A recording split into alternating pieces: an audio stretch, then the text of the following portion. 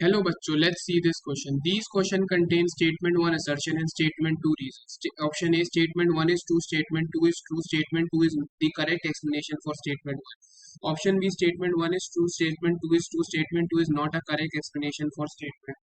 Option C, statement 1 is true, statement 2 is false.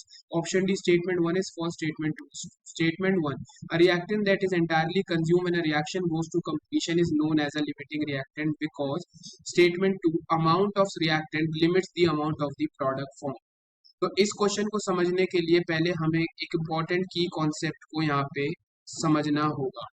That is the concept of limiting reagent. तो limiting reagent ऐसा reagent होता है जो कि रिएक्शन के दौरान during a reaction gets completely consume. हमारा कोई भी जो केमिकल रिएक्शन होता है वो एज पर स्टोइचियोमेट्री होता है. तो लिमिटिंग रिएजेंट वो होता है, सपोज दो रिएक्टेंट ए प्लस बी मिलके क्या बना रहे हैं, कोई प्रोडक्ट बना रहे हैं. ठीक है, तो इनमें से जो रिएक्टेंट पहले खत्म हो जाएगा, पहले कंप्लीटली कंज्यूम हो जाएगा, उस रिएक्टेंट को हम क्या बोल देते हैं, लिमिटिंग रिएजेंट बोल देते हैं. यानी जो हमारी स्टेटमेंट 1 है वो बिल्कुल ट्रू है. A reactant that is entirely consume when a reaction goes to completion is known as limiting reactant. जब इनमें से एक रिएक्टेंट कंप्लीटली क्या हो जाएगी, उसकी कंसंट्रेशन जीरो, तो रिएक्शन वहीं पे क्या कर जाएगा, स्टॉप हो जाएगा. रिएक्शन वहीं पे स्टॉप हो जाएगा बिकॉज एक रिएक्टेंट नहीं होगा तो प्रोडक्ट नहीं बन पाएगा. इसी वजह से रिएक्शन गोज टू कंप्लीशन. अब statement 2, the amount of the reactant limits the amount of the product form. जैसे सपोज हम रिएक्शन लेते हैं carbon plus oxygen forming CO2. तो यहाँ पे हमें क्या पता चल रहा है, एक मोल कार्बन जो है वो एक मोल ऑफ ऑक्सीजन के साथ रिएक्शन करके एक मोल क्या बनाएगा, CO2 बनाएगा. ठीक है जी.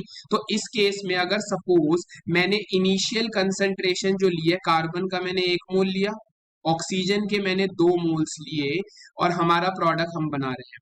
तो हमने देखा 1 मोल कार्बन 1 मोल ऑक्सीजन के साथ रिएक्शन करेगा, तो टाइम टी के बाद ये तो कंप्लीटली खत्म हो चुका होगा. अब इसका ऑक्सीजन का तो 1 ही मोल कंज्यूम हुआ होगा, यानी 1 मोल हमारा बच गया होगा. ठीक है, और 1 मोल ही हमारे पास क्या बना होगा, product, because 1 mole carbon 1 mole oxygen के साथ 1 मोल CO2 बताता है. तो ये जो ऑक्सीजन बच गया ये हमारे पास क्या बच गया, एक्सेस में बच गया.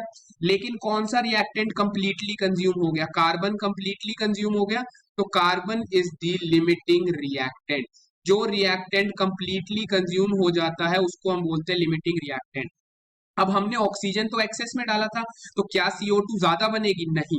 CO2 जो प्रोडक्ट का अमाउंट होता है वो हमेशा डिपेंड करता है लिमिटिंग रिएक्टेंट पे. 1 मोल कार्बन 1 मोल CO2 बनाता, तो इसी वजह से यहाँ पे प्रोडक्ट का अमाउंट क्या है, 1 मोल बनेगा, उससे ज्यादा नहीं बनेगा.